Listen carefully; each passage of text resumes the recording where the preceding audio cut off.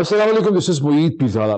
एक ऐसे वक्त में जब ये तवक्को की जा सकती थी कि former prime minister Pakistan Imran Khan इंतहाई परेशान होंगे, कंफ्यूज होंगे, गुमसुम होंगे, क्लैरिटी नहीं होगी, उन्होंने ये दावा कर दिया है कि वो इलेक्शन होते देख रहे हैं इन मार्च और अप्रैल ऑफ 2023।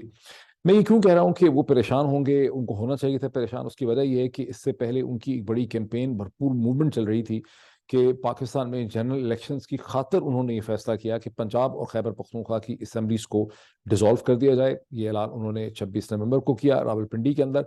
उसके बाद इस हवाले से उन्होंने दर्जनों इफ नॉट हंड्रेड्स ऑफ उन्होंने मुलाकातें की, पॉलिटिकल एक मोमेंटम जनरेट किया, मुलाकातें की, इशू किया, बार बार टाइम दिया। और उसके बाद आपने देखा कि किस तरह से पीडीएम ने उसको काउंटर एक्ट किया जब वो एक नो कॉन्फिडेंस की मूव भी लेकर आए। वोट ऑफ कॉन्फिडेंस के लिए उन्होंने गवर्नर ने एक डिमांड किया, एक ऑर्डर किया। उसके बाद गवर्नर ने परवेज इलाही साहब को डी नोटिफाई कर दिया। फिर पीडीएम ने अपना वोट ऑफ नो कॉन्फिडेंस को विड्रॉ कर लिया। और फिर अदालत में मामला फंस गया, जहां लाहौर हाई कोर्ट ने 11 तारीख तक की तो गारंटी ले ली है परवेज इलाही से। और उसके बाद भी चूंकि इतने लोगों को बुलाया हुआ है अदालत ने, attorney general amicus curiae and all that, तो तवक्को तो यही है कि मामला फंसा ही रहेगा और शायद पता नहीं कब तक फंसा रहेगा। और उसके बाद भी इलेक्शन कैसे होंगे, रमजान एंड ऑल दैट, जैसा कि मैंने एक दिन पहले वीलॉग्स में आपको बहुत से इदारिये दिखाए, जैसे डॉन अखबार के इदारिये दिखाए। तो अंडर द सर्कमस्टांसेस बड़ी मायूसी थी, एक बड़ा डेडलॉक फील किया जा रहा था पॉलिटिक्स में। लेकिन इमरान खान साहब ने अब से बहुत घंटे पहले, एक ऑलमोस्ट एक दिन हो गया है, जब उन्होंने हबीब अकरम साहब से, जो आजकल सोनो टेलीविजन के ऊपर हैं, उनके साथ एक बहुत इंटरेस्टिंग उनका इंटरव्यू था। ये बड़ा देखने वाला इंटरव्यू है, 38 मिनट का इंटरव्यू है, जिसमें 25वें मिनट के बाद इमरान खान साहब ये दावा करते हैं कि वो इलेक्शन देख रहे हैं इन मार्च और अप्रैल ऑफ 2023। और भी बहुत इंटरेस्टिंग इसमें सवाल पूछे हबीब अकरम साहब ने। इस इंटरव्यू को आप जरूर देखने की कोशिश कीजिए। अच्छा, अब इसके साथ ही तहरीके इंसाफ जो है, उसने ये भी दावा किया है कि परवेज इलाही साहब से बहुत जल्दी मीटिंग करके वो उनसे ये डिमांड कर रहे हैं कि परवेज इलाही बहुत जल्दी वोट ऑफ कॉन्फिडेंस लेने की कोशिश करें।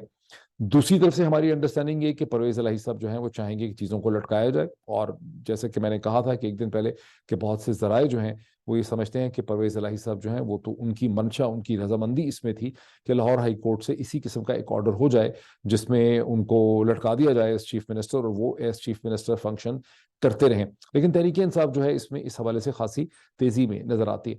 अब हबीब अकरम साहब का साथ जो ये इंटरव्यू था, इसमें हबीब अकरम साहब ने इमरान खान साहब से सवाल पूछा कि क्या आप इस्टेब्लिशमेंट से इन टच हैं, क्या आपके उनसे राब्ते हैं, क्या आप पीडीएम के साथ मिलके इलेक्शन की डेट का फैसला करना चाहते हैं? तो उसमें इमरान खान साहब ने ये जवाब दिया है कि नहीं, मैं इस्टेब्लिशमेंट से बिल्कुल इन टच नहीं हूँ, प्रेसिडेंट आरिफ अलवी उनके साथ इन टच हैं। और क्यों वो ये समझते हैं कि इलेक्शन मार्च और अप्रैल में हो जाएंगे, उसमें उनकी बड़ी इंटरेस्टिंग एक्सप्लेनेशन है। वो ये नहीं कह रहे कि उनकी कोई मुज़ाकरात हो रहे हैं, कोई नेगोशिएशन हो रही है इस्टेब्लिशमेंट के साथ या पीडीएम के साथ, या इनडायरेक्टली बिल वास्ता, डायरेक्टली इनडायरेक्टली। वो सीधा सीधा ये कह रहे हैं कि इकोनॉमी की जो सूरत हाल इस वक्त है, वो ये समझते हैं कि इकोनॉमी की सूरत हाल मजीद खराब हो जाएगी बाय द एंड ऑफ जनवरी।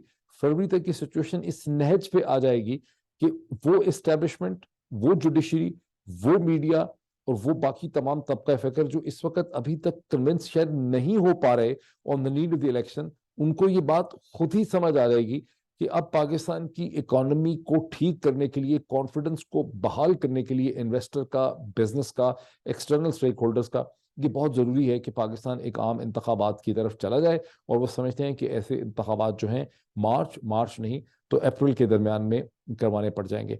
हबीब अकरम साहब ने उनसे ये जरूर पूछा कि पीडीएम के साथ अगर आप मुलाकात इसमें करना चाहेंगे, नेगोशिएशन, उन्होंने कहा इन डाकुओं चोरों के साथ जो है वो हम बिल्कुल बैठ नहीं सकते। ये इलेक्शन करवाना ही नहीं चाहते, ये इलेक्शन से दौड़ना चाहते हैं, बिकॉज ये इलेक्शन के बारे में कॉन्फिडेंट नहीं है। इससे क्लियरली ये पता चलता है कि कम अज कम इलेक्शन की डेट के हवाले से तहरीक इंसाफ जो है उसका कोई भी मीनिंगफुल पीडीएम के साथ डायलॉग करने का मूड नहीं है। तो फिर उनको डायलॉग किसके साथ करना है? क्लियरली वो ये समझते हैं कि इस्टेब्लिशमेंट जो है वो इसका हल निकालेगी। क्योंकि अगर ये सारा इंटरव्यू आप देखें हबीब अकरम के साथ, तो आपको ये फीलिंग क्लियर होती है कि वो पीडीएम से कुछ एक्सपेक्ट नहीं करते, लेकिन वो इस्टेब्लिशमेंट से उनको ये तवक्को है कि इस्टेब्लिशमेंट बहरहाल इन इश्यूज के ऊपर जो है वो गौर करेगी। और इसमें जो इम्पोर्टेंट चीज़ है, मैं समझता हूँ तौक़ुफ़ मैंने इसीलिए किया कि बार बार सिस्टम के अंदर से ये डिमांड आती है। जैसा कि एक दिन पहले मैंने डॉन के एडिटोरियल आपके सामने प्रेजेंट किए दोनों, वहाँ से ये डिमांड आती है। शायद इस्टेब्लिशमेंट के अंदर से ये तवक्कुआत हैं कि इमरान खान साहब को पीडीएम की जमातें जो हैं, पीएमएलएन और पीपीपी, आसिफ अली जरदारी और नवाज शरीफ साहब की जो जमात है, उनके साथ किसी किस्म की नेगोशिएशन करनी चाहिए। लेकिन इमरान खान साहब का पीएमएलएन और पीपीपी की जो टॉप लीडरशिप है, और उन्होंने आइडेंटिफाई किया कि पार्टीज के साथ शायद बात हो सकती है, लेकिन इनकी टॉप लीडरशिप जो है, उन्होंने कहा कि डाकू है। और इनके साथ बात करने का मतलब यह है कि आप इनका जो स्टैंड पॉइंट है of corruption and Pakistani politics, Imran Khan का कहना यह था कि ये पॉलिटिक्स में है इसलिए कि ये पॉलिटिक्स को यूज करते हैं अपनी करप्शन के लिए, जिससे पैसा बनाते हैं, फिर पैसा बना के उसको बाहर ले जाते हैं, पाकिस्तान में हुकूमत करने के लिए आते हैं, हुकूमत खत्म होती है तो फिर यहाँ से चले जाते हैं। इस पे उनका पॉइंट ऑफ व्यू जो है वो बड़ा ही क्लियर है, क्योंकि बहुत ज्यादा पाकिस्तान के अंदर ये आर्गुमेंट पाया जाता है। मैं खुद कई दफा कन्विंस हो जाता हूँ कि इमरान खान साहब जो हैं, मैंने पिछले वीलॉग में भी कहा था कि वो करप्शन को बहुत ज्यादा अहमियत देते हैं। और आप अखबारात की अगर इदारिये देख लें, लोगों के कॉलम देख लें, जो हमारे सामने इस्टेब्लिशमेंट की बातें जराए से हमारे सामने आई हैं, हर तरफ ये एक्सपेक्टेशन है कि जी करप्शन तो पाकिस्तान की सियासत का एक एंडेमिक प्रॉब्लम है, एक हिस्सा है। और इमरान खान साहब ने एक बहुत ही ज़्यादा इस पे मुसीबत खड़ी की हुई है, और इमरान खान साहब को चाहिए कि इस इशू के ऊपर कॉम्प्रोमाइज़ करें। लेकिन गुज़श्ता 24 घंटे में एक बार फिर उन्होंने यही असर्ट किया कि अगर मैं इनके साथ बातचीत करने लग जाऊं, एक लेवल पे इनके साथ बैठ जाऊं, इनके साथ नेगोशिएशन करने लग जाऊं, तो इसका मतलब ये है कि मैं इनका जो स्टैंड पॉइंट है करप्शन एंड पॉलिटिक्स का, उसको मैं इस तस्लीम कर लूंगा, और मैं ये तस्लीम नहीं करना चाहता। ये उनका असूली मौकफ है। तो मूविंग फॉरवर्ड, उन्होंने ये भी कहा कि बिलावल जरदारी भुट्टो साहब का जो बयान है अफगानिस्तान के हवाले, सॉरी अफगानिस्तान नहीं, दुनिया के हवाले से, कि मैंने दुनिया में जितने भी दौरे किए हैं वो अपने ज़ाती खर्चे पे करता हूँ, मैं स्टेट का खर्चा नहीं कर रहा, मेरा टिकट भी अपना पेड होता है, मैं होटल का खर्चा भी खुद बर्दाश्त करता हूँ। उन्होंने बड़ा हंस के कहा कि इसकी भी डिटेल्स हमारे सामने आ जाएंगी, मुझे पता नहीं किस हद तक ये बात सही है, और हम देखना चाहेंगे कि फिर ये प्राइवेट विजिट करते हैं या गवर्नमेंट के लिए विजिट करते हैं, स्टेट के लिए विजिट करते हैं। इस पे फिर उनसे साथ उन्होंने ये कमेंट किया, उन्होंने कहा कि सारी दुनिया में बिलावल जरदारी भुट्टो फिर रहे हैं, लेकिन बिलावल जरदारी भुट्टो जो हैं वो अफगानिस्तान नहीं गए, जहां पाकिस्तान के हवाले से एक बहुत बड़ा क्राइसिस जो है वो जनरेट हो रहा है। ये बड़ा इंटरेस्टिंग कमेंट है। उसकी वजह ये कि बिलावल जरदारी भुट्टो की अगर आप आइटनरी देखें, तो इंडिया तो जाहिर है वो जा नहीं सकते थे, और इंडिया के साथ उनकी मुलाकात भी कोई नहीं हो सकती थी मीनिंगफुल, बहुत ज्यादा इक्का दुक्का मुठभेड़ जरूर उनकी हुई है, और Afghanistan main area of conflict है। चीन वो जरूर गए।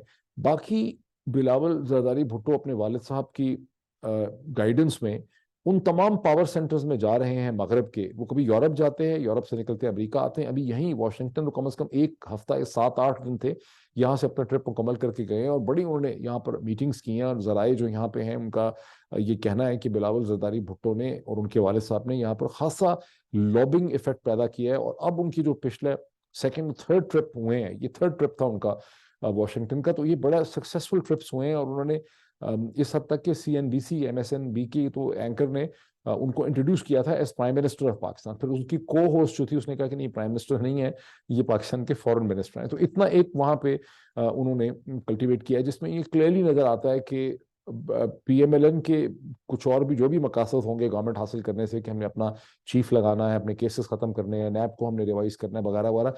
बिलावल भुट्टो के हवाले से आसिफ अली जरदारी साहब का गोल बड़ा क्लियर था कि बिलावल भुट्टो की प्रोफाइल बिल्डअप करनी है, और ये प्रोफाइल बिल्डअप उन्होंने बहुत की है। तो बिलावल भुट्टो कभी आपको बर्तानिया में नजर आते हैं, कभी आपको यूरोप में नजर आते हैं, कभी जनेवा में नजर आते हैं, कभी जर्मनी में नजर आते हैं, कभी न्यूयॉर्क में नजर आते हैं, कभी वाशिंगटन में नजर आते हैं। और जो मेन ट्रबल स्पॉट है, जहां से पाकिस्तान को मेन चैलेंज दरपेश है, अफगानिस्तान, वहां पे वो आपको जाते नजर नहीं आते। This is what precisely Imran Khan साहब का भी कहना था। इस पे इसका फायदा उठाते हुए हबीब अकरम साहब ने उनसे एक बड़ा इंटरेस्टिंग सवाल पूछा, जो बड़ा पुराना और तारीखी सवाल है।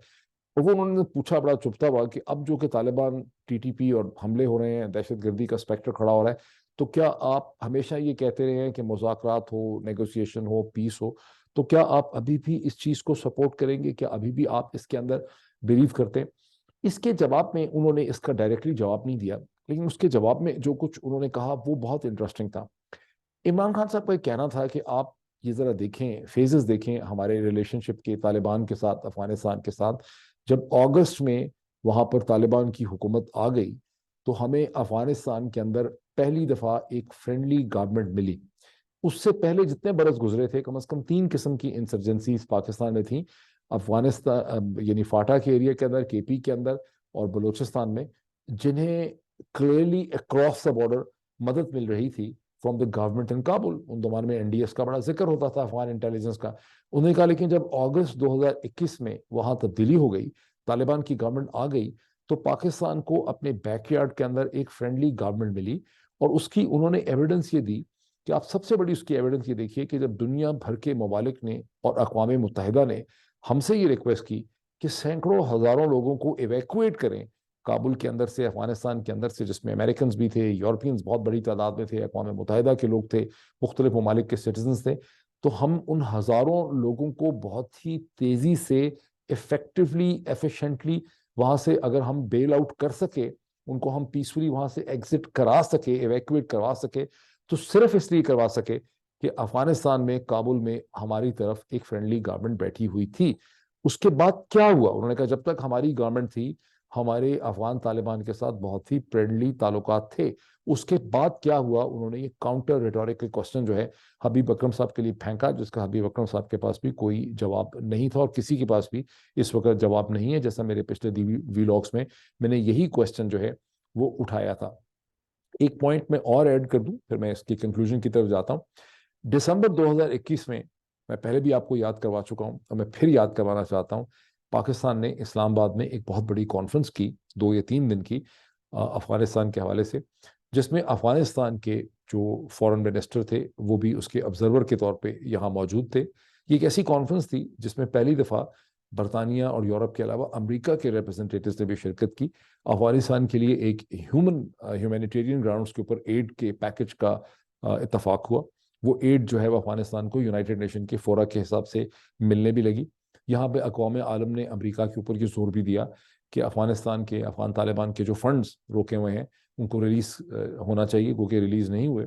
लेकिन ये सूरत हाल थी उस वक्त, ये ताल्लुकात थे पाकिस्तान और अफगानिस्तान के। अब जो सूरत हाल है टेंशन की, कॉन्फ्लिक्ट की, वो आपके सामने सारी की सारी।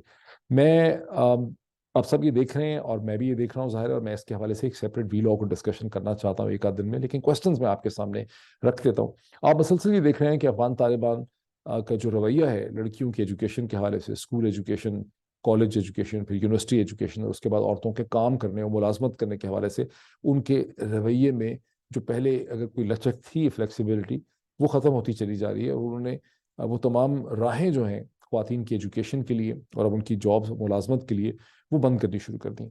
ये जो इतना रेडिकल इनका एक एटीट्यूड डेवलप कर रहा है, इसकी क्या वजह है? इसकी बुनियादी वजह मुझे ये समझ आ रही है इस वक्त, लेकिन मैं इस पर एक बेहतर रिसर्च करके आपके सामने एक वीलॉग लाना चाहता हूँ एक आध दिन के अंदर। लेकिन बुनियादी वजह ये समझ आती है कि जो डायलॉग हुआ था अमेरिका के साथ, उसको लीड किया था अफगान तालिबान के उस ग्रुप ने जो दोहा में मुकीम था, जिसको दोहा तालिबान या दोहा ग्रुप या दोहा चैप्टर भी कहते हैं। जब अफगान तालिबान को हुकूमत मिली तो तवक्कुआत बहुत सी थी कि ये जो दोहा ग्रुप है ये मगरब के साथ और अक़वाम आलम के साथ, अक़वाम मुत्तहिदा के साथ, अमेरिका के साथ बेहतर ताल्लुकात इस्तवार कर सकेगा। और इस एक्सपेक्टेशन की वजह से जो दोहा ग्रुप था अफगान तालिबान का, वो ज़्यादा प्रोमिनेंट था, उसके पास ज़्यादा पावर थी ग्राउंड के ऊपर, क्योंकि समझा जा रहा था कि ये डिलीवर करेगा। उसके बाद वो डिलीवरी नहीं हो सकी, और जिस तरह से अमेरिका ने बाइकआउट किया अफगान तालिबान का, और बाकी भी जो ममालिक थे उनको भी एक तरह से अमेरिका ने एक ऐसी सूरत हाल पैदा कर दी, जिसकी वजह से जब ज़ाहिर है अमेरिका सामने नहीं आया, यूरोप सामने नहीं आया, अमेरिका के जो 2 मेन हलीफ हैं जिनसे तवक्को थी कि सामने आएंगे, ख़ास करके यूएई और कतर से तवक्को थी, लेकिन यूएई और कतर भी सामने नहीं आए, सऊदी अरब भी सामने नहीं आया, फिर पाकिस्तान भी जो है उसने भी पोजीशन नहीं ले सका अफगान गवर्नमेंट को रिकग्नाइज करने के लिए। रशिया ने रिकग्नाइज नहीं किया, चाइना ने नहीं किया, ईरान ने नहीं किया। तो ये जो ऐसी सूरत हाल है, मैं समझता हूँ इसमें जो दोहा ग्रुप था उसकी जो पोजीशन थी, उसकी जो मॉरल अथॉरिटी थी, वो अफगान पावर सिस्टम के अंदर सेटअप में बड़ी कमज़ोर हो गई है। और जब ये कमज़ोर हुई है तो जो रुजत पसंद हैं, जो हार्ड लाइनर्स हैं, हैबतुल्लाह अखंदजादे का जो पूरा ग्रुप और उनकी जो आइडियोलॉजी है, वो स्ट्रेंथन हो गए हैं। और इसकी इम्प्लीकेशंस क्या हैं, क्यों स्ट्रेंथन हो गए हैं बहुत ज़्यादा, कौन कौन से ग्रुप्स यहाँ पे हैं, इसके हवाले से मैं एक डिटेल वीलॉग आपके सामने एक आध दिन में करूँगा। Wait for the vlog. और पाकिस्तानी पॉलिटिक्स में जो डेवलपमेंट होती हैं उनको भी हम देखते हैं। Thank you.